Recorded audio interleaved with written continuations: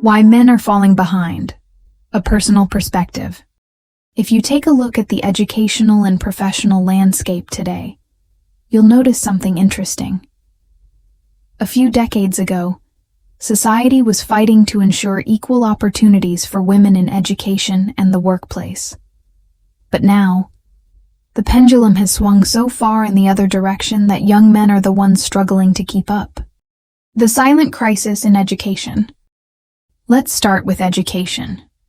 If you walk into almost any university today, you'll see a clear pattern: more women than men. In fact, women are earning around 60% of all college degrees in developed countries. While it's fantastic to see women excelling, the other side of the story is rarely discussed. Boys are dropping out of school at higher rates, scoring lower on standardized tests, and showing less engagement in academic settings. Why is this happening? One major reason lies in brain development.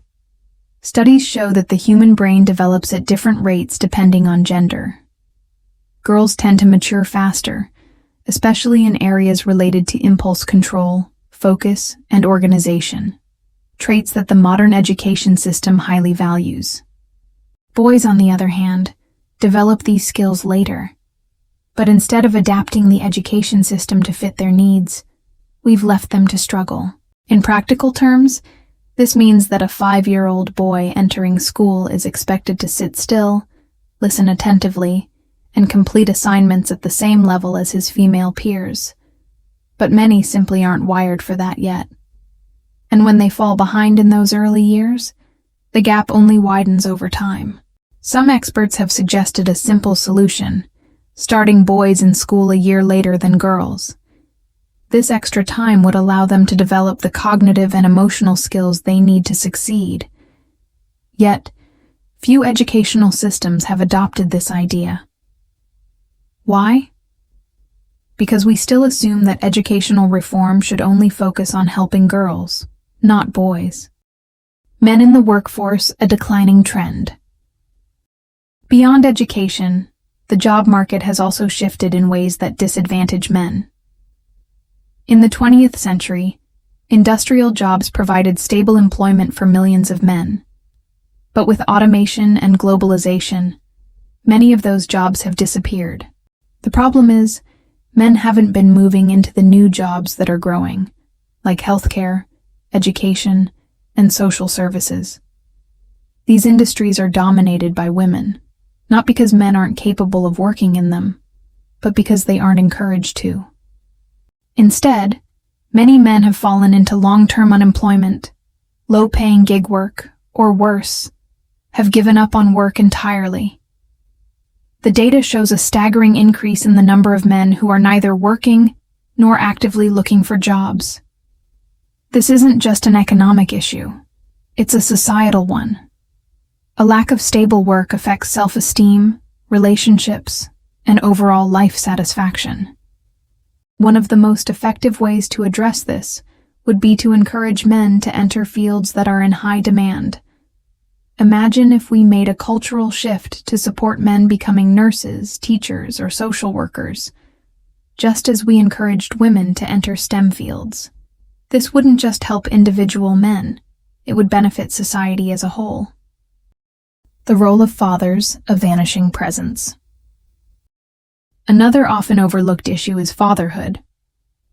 The percentage of children growing up without a father in the home has skyrocketed over the past few decades. While many discussions focus on single mothers, and rightly so, we rarely talk about what happens to the fathers. Many men feel pushed to the sidelines in their children's lives, either through custody laws that favor mothers or a cultural narrative that minimizes the importance of fathers. But research is clear. Kids who grow up with engaged fathers tend to do better in school, have healthier relationships, and stay out of trouble. We need to stop treating fatherhood as optional. Just as we've redefined motherhood in the modern era, we need to redefine what it means to be a father. This means updating family laws to ensure fathers have equal access to their children, and changing our cultural attitudes to value fatherhood as much as motherhood. Moving forward, real solutions. So what can we do? Here are a few concrete steps that would make a difference. Delay school start for boys. Give boys an extra year before starting formal schooling to allow their cognitive development to catch up. Recruit more male teachers. Boys need male role models in the classroom to stay engaged in education. Encourage men into growing professions. We need more men in education, healthcare, and social services, just as we've encouraged women in STEM. Redefine fatherhood. Update family policies to ensure fathers have equal parenting rights and recognize their crucial role in raising children. Final thoughts. The conversation about gender equality should be about fairness for everyone. It's not about taking opportunities away from women. It's about making sure men aren't left behind either. If we ignore this crisis, we're not just harming men, we're harming families, economies, and society as a whole.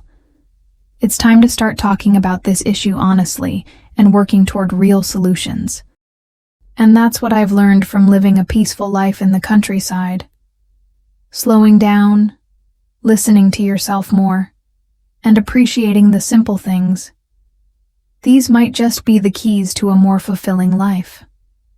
If you found these insights helpful, don't forget to like this video and subscribe to the channel so you won't miss out on more valuable lessons. Leave a comment below and share your thoughts. Have you ever considered living a simpler, quieter life? I'd love to hear your story. Thank you for watching, and I'll see you in the next video.